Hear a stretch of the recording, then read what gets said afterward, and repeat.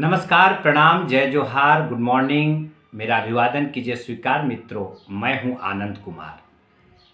मेरी कहानी मेरी जुबानी के आइए इस भाग में हम अ, मेरे कार्यों पर आधारित यह जो किताब है इसके कुछ पन्नों को पलटते हैं और देखते हैं कि आज हम किस विषय पर और किसके बारे में बात करेंगे। आज से मेरी कहानी मेरी जुबानी का जो भाग है यह चैट जीपीटी के थोड़े सहयोग से हम और बेहतर तरीके से लेकर आपके पास आए हैं। तो आइए आज के कहानी यह जो मेरी किताब है कार्यों पर आधारित, जब इसके पन्ने पलटते हैं तो हम पाते हैं कि हमारे पास एक संदेश है स्वर्गीय श्रद्धेय श्री राधा कृष्ण गुप्ता जी का। आप हम कलाकारों के द्वारा नुक्कड़ नाटक के माध्यम से जो प्रचार प्रसार किया जाता है उस पर आधारित एक संदेश उन्होंने भेजा था। उसी पर आधारित आज का हमारा यह कार्यक्रम है। तो आइए हम आज इसी विषय पर बात करते हैं। स्वर्गीय राधा कृष्ण प्रसाद गुप्ता, आप मूल रूप से विश्रामपुर जिला सूरजपुर डेडरी के रहने वाले थे और आप शिक्षा दीक्षा के बाद मध्य प्रदेश सरकार में डीएमओ के पोस्ट पर लंबे समय तक कार्य किए, डिस्ट्रिक्ट मार्केटिंग ऑफिसर। आप सूड़ी सौंडिक समाज से आते हैं और अब हमारे बीच वो नहीं रहे, तो सबसे पहले स्वर्गीय राधा कृष्ण प्रसाद गुप्ता जी को मैं यहीं से नमन करता हूँ, प्रणाम करता हूँ और ईश्वर से प्रार्थना करता हूँ कि ईश्वर उन्हें अपने चरणों में स्थान दें। सूड़ी सौंडिक समाज के संगठन की जब बात करते हैं तो हमारे पास एक ही नाम है, वो है स्वर्गीय श्री राधा कृष्ण गुप्ता जी का। आप सरकारी पद से रिटायरमेंट होने के बाद समाज के कार्यों में लग गए और सूड़ी समाज का एक संगठन तैयार किया। आप समाज के बहुत सारे लोगों से मिलकर संगठन बनाकर और वर्ष 1990-91 में भेदमी बलरामपुर सरगुजा छत्तीसगढ़ में आपने सम्मेलन किया और उसके बाद लगातार आप सम्मेलन करते रहे। सूड़ी सौंडिक जाति समाज के जो हम लोग हैं, जब अविभाजित मध्य प्रदेश में हम थे, यानी जब मध्य प्रदेश में यह छत्तीसगढ़ हुआ करता था, हम लोग जब वहाँ के निवासी हुआ करते थे तो हम जनरल कैटेगरी में थे, लेकिन उनके अथक प्रयासों से अब हम ओबीसी में आते हैं और इसका पूरा का पूरा श्रेय स्वर्गीय राधा कृष्ण गुप्ता जी को जाता है। उनका जो सूड़ी समाज का संगठन का जो नींव उन्होंने दिया, यह बीच बीच में संगठन छिटफुट होता रहा, बढ़ता रहा, लेकिन पिछले 2-3 सालों में इस समाज का संगठन राधा कृष्ण गुप्ता जी की उपस्थिति में भी और उनके नहीं होने के बाद बहुत अच्छा संगठन अब बन गया है। सर्वप्रथम बलरामपुर में श्री सत्यनारायण गुप्ता जी, अशोक गुप्ता जी के नेतृत्व में एक सम्मेलन हुआ बसकेपी में। उसके बाद जिले के कई स्थानों पर, कुसमी में, बलरामपुर क्षेत्र के और जगहों में, अंबिकापुर में भी हमारे समाज में कई ऐसे लोग हैं जो समाज को संगठित करने के लिए हमेशा प्रयासरत रहे हैं।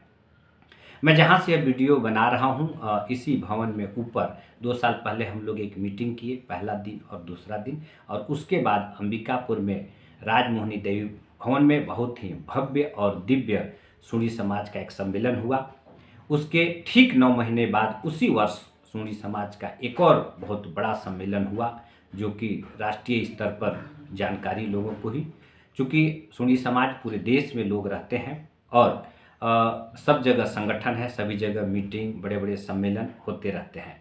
लेकिन राष्ट्रीय सम्मेलन छत्तीसगढ़ प्रदेश के सूड़ी समाज के अध्यक्ष श्री रतन गुप्ता जी के अथक प्रयास और सभी लोगों के बहुत प्रयास से एक राष्ट्रीय सम्मेलन हुआ जो बहुत ही भव्य दिव्य रहा। और इस सम्मेलन में छत्तीसगढ़ प्रदेश के माननीय मुख्यमंत्री विष्णुदेव साय जी, विधानसभा अध्यक्ष डॉक्टर रमन सिंह जी, कृषि मंत्री माननीय रामविचार नेताम जी, स्वास्थ्य मंत्री श्री जायसवाल जी सहित बहुत सारे मंत्री, विधायक और पूरे देश से, नेपाल से लेकर भारत के सभी राज्यों के लोग आए और बहुत ऐतिहासिक सम्मेलन हुआ।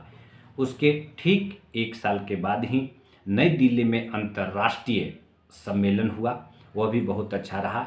और अभी अभी लोहरदगा में 3 मई को पूरे देश के सोनी समाज का एक जुटान हुआ और सभी लोगों ने सर्वसम्मति से श्री शिवरतन गुप्ता जी को राष्ट्रीय अध्यक्ष बनाया। तो इस तरह हम देख सकते हैं कि स्वर्गीय राधा कृष्ण गुप्ता जी ने जो नींव रखी थी, आज वो राष्ट्रीय अंतर्राष्ट्रीय पटल पर स्थापित है। तो ऐसे स्वर्गीय राधा कृष्ण गुप्ता जी को पुनः नमन और प्रणाम करता हूँ। जहाँ तक व्यक्तिगत संबंधों और मदारी आर्ट्स और हम कलाकारों के प्रति उनकी जो भावनाएं हैं वह बहुत अटूट है। मेरे पिता तुल्य रहे वो, और हमेशा मार्गदर्शक और गार्जियन की भूमिका में रहते थे। सुख दुख हर समय वो मेरे साथ होते थे। वर्ष 1912-13 में जब हम फिल्म लंगड़ा राजकुमार बना रहे थे तो अंबिकापुर गांधी चौक दुर्गा मंदिर में आप आए मुख्य अतिथि के रूप में। आप उस समय राजनीति में आ चुके थे, भारतीय जनता पार्टी ज्वाइन करके, और आप यहाँ कैबिनेट मंत्री के दर्जा प्राप्त थे और उन्होंने फिल्म का मुहूर्त भी किया और फिल्म के शूटिंग खत्म होने के बाद 22वें 23वें दिन वे उस फिल्म का समापन भी किए। हमेशा हम कलाकारों के प्रति उनका नज़रिया हमेशा सहयोगात्मक रहा, और व्यक्तिगत रूप से मैं बात करूं तो उनका सहयोग आशीर्वाद वो जब थे तो भी और नहीं है तो भी हमेशा बना रहता है।